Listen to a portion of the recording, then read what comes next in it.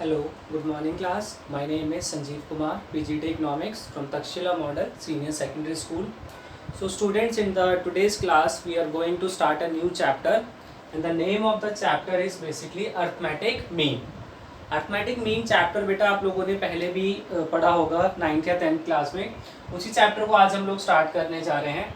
तो सबसे पहले उसका डेफिनेशन आप लोगों के सामने यहाँ पे लिखा हुआ है कि it is defined as the sum of the values of all observations divided by the number of observations. कि बेसिकली अर्थमेटिक मीन क्या होता है कि जितनी भी वैल्यूज हमारे पास अवेलेबल होती हैं उनका सबमिशन, उन सबका प्लस जब हम लोग कर लेते हैं और फिर उनके प्लस को जितनी नंबर ऑफ वैल्यूज हमारे पास अवेलेबल थी उससे क्या कर देंगे, उसको डिवाइड करेंगे. तो उसी को हम लोग बोलते हैं अर्थमेटिक मीन. सिंपल लैंग्वेज में, ऑर्डिनरी लैंग्वेज में बोला जाए तो अर्थमेटिक मीन को मीन या मैक्सिमम लोग एवरेज भी बोलते हैं. ओके, इसका सिंबल आप लोगों ने देखा होगा जब पहले इसको कभी कैलकुलेट किया होगा तो इसका जो सिंबल होता है वो ये होता है, एक्स बना होता है, उसके ऊपर हम लोग एक बार लगाते हैं. Okay, now according to the class 11 arithmetic mean को हम लोगों ने दो पार्ट्स में डिवाइड किया हुआ है. Basically first is simple arithmetic mean we have and second we have बेटा वेटेड अर्थमेटिक मीन. ओके, तो ये दो टाइप का अर्थमेटिक मीन है जो हम लोग आज बेसिकली कैलकुलेट करना सीखेंगे. सिंपल अर्थमेटिक मीन में हमारे सामने तीन सीरीज आएंगी, individual series, discrete series and continuous series. तो इन तीनों सीरीज में हम लोगों को क्या करना है, हम लोग मीन कैलकुलेट करना सीखेंगे कि बेसिकली इन तीनों सीरीज में मीन को कैसे कैलकुलेट किया जाता है. ओके, तो सबसे पहले we are going to start with the individual series. की इंडिविजुअल सीरीज में हम लोग मीन को कैसे कैलकुलेट करेंगे. ओके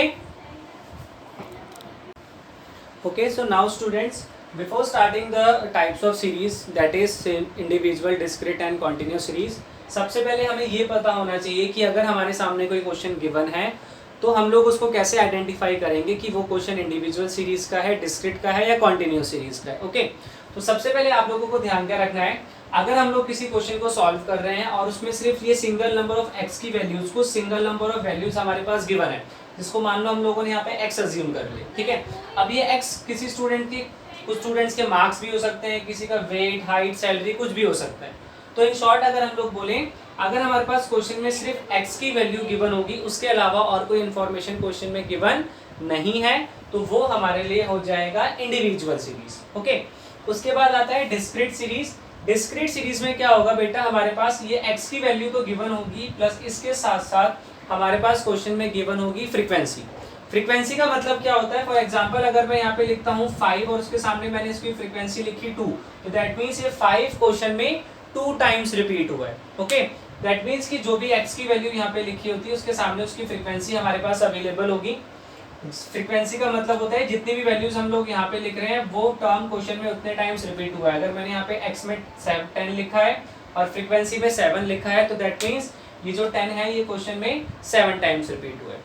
फ्रीक्वेंसी को बेसिकली हम लोग कैसे पहचानेंगे, जिस भी वैल्यू के आगे क्वेश्चन में नंबर ऑफ लिखा होगा, फ्रीक्वेंसी में हमेशा क्वेश्चन में नंबर ऑफ करके हमें टर्म लिखी होगी. मान लो यहाँ पे स्टूडेंट दे दिया, यहाँ पे हमें मार्क्स दे दिया, यहाँ पे नंबर ऑफ स्टूडेंट्स दे दिए. मान लो ये 5 स्टूडेंट्स हैं, ठीक है, और 5 स्टूडेंट्स के 2 मार्क्स आए हैं, तो यहाँ पे क्वेश्चन में फ्रीक्वेंसी की जगह लिखा हो सकता है नंबर ऑफ स्टूडेंट. तो जो भी वैल्यू आप लोगों को नंबर ऑफ करके गिवन होगी वो हमारे लिए क्या हो जाएगी, फ्रीक्वेंसी हो जाएगी. ओके, नाउ अब आते हैं कॉन्टिन्यूअस सीरीज में. कॉन्टिन्यूअस सीरीज में हमारे पास गिवन होता है बेटा क्लास इंटरवल.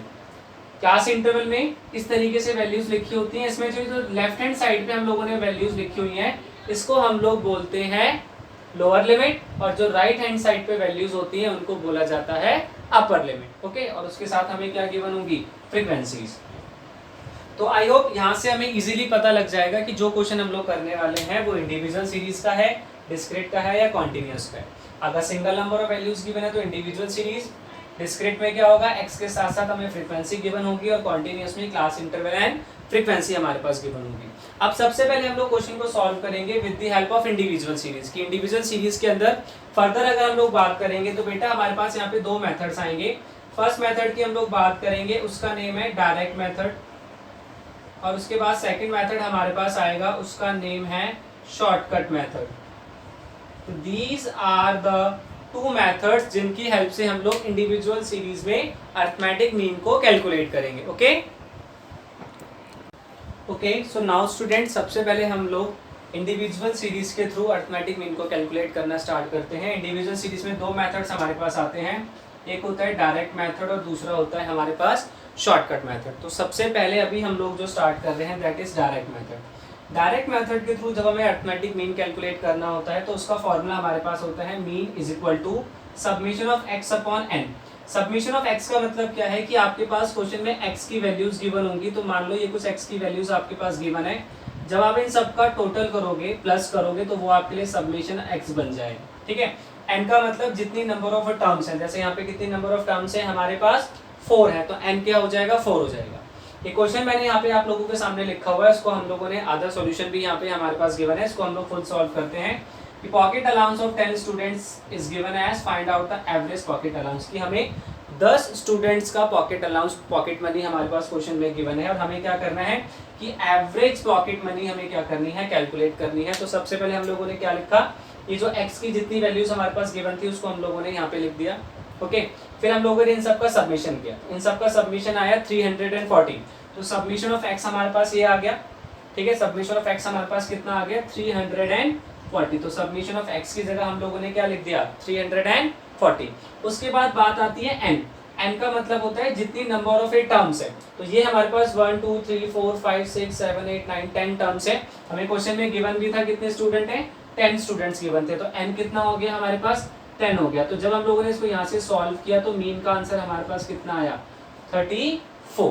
ओके, तो ये हमारा क्या हो गया एवरेज पॉकेट अलाउंस। तो सबसे पहले क्वेश्चन में हम लोग क्या करेंगे, जितनी भी x की वैल्यूज हमारे पास गिवन होंगी उन सबका सबमिशन कर लेंगे। उन सबका सबमिशन हमारे लिए बन जाएगा सबमिशन ऑफ x। ओके, उसके बाद जितनी नंबर ऑफ टर्म्स बेटा हमें गिवन होंगी उतनी नंबर ऑफ टर्म्स से हम लोग उसको डिवाइड कर देंगे। तो ये जैसे इस क्वेश्चन में हमारा ये final answer this is submission of x that is 34। Okay, तो ये फॉर्मूला ध्यान रखना, इस फॉर्मूले के थ्रू हम लोग क्या करेंगे, डायरेक्ट मेथड के जितने भी क्वेश्चंस हैं वो इसी फॉर्मूले के थ्रू सॉल्व होंगे। अब हम लोग स्टार्ट करते हैं अपना second method that is shortcut method. Okay, so now students अब हम लोग इसी क्वेश्चन को ट्राई करते हैं शॉर्टकट मेथड के थ्रू। जब हम लोग शॉर्टकट मेथड के थ्रू इसको करेंगे तो हमारे पास इसका फॉर्मूला होता है a plus submission of d upon में n। ये हमारे पास इसका फॉर्मूला होता है a plus submission of d upon में n। इसमें a का मतलब होता है assumed mean and d stands for deviation. Deviation को कैलकुलेट करने का फॉर्मूला होता है x माइनस a। क्वेश्चन को कैसे सॉल्व करेंगे वो मैं आप लोगों को बताता हूँ। वही सेम क्वेश्चन को हम लोग शॉर्टकट मेथड के थ्रू सॉल्व करते हैं। एक बात हमेशा ध्यान रखना है कि जब हम लोग एक सेम क्वेश्चन को अलग अलग मेथड के थ्रू सॉल्व कर रहे होंगे तो हमारा जो आंसर होगा वो सेम आएगा। ठीक है, तो ये पॉकेट अलाउंसेस हमें गिवन था, x की वैल्यू हमें ऑटो पहले से ही क्वेश्चन में गिवन थी। हमें यहाँ पे कैलकुलेट करना है d स्टैंड्स फॉर डेविएशन जिसका फॉर्मूला क्या है x माइनस a। तो ये x तो हमें क्वेश्चन में गिवन है। अब बात आती है a की, a का मतलब है अज्यूम्ड मीन। तो हमें क्या करना है, ये जो x की वैल्यूज हमारे पास गिवन है इसमें से हम लोग किसी भी वैल्यू को, कोई फर्क नहीं पड़ता कि चाहे मैं फर्स्ट को लूं चाहे सेकंड को या लास्ट को, किसी भी वैल्यू को हम लोग a अज्यूम कर सकते हैं। तो मान लो अभी के लिए हम लोग 40 को a अज्यूम करते हैं, इसको हमने अज्यूम कर लिया a।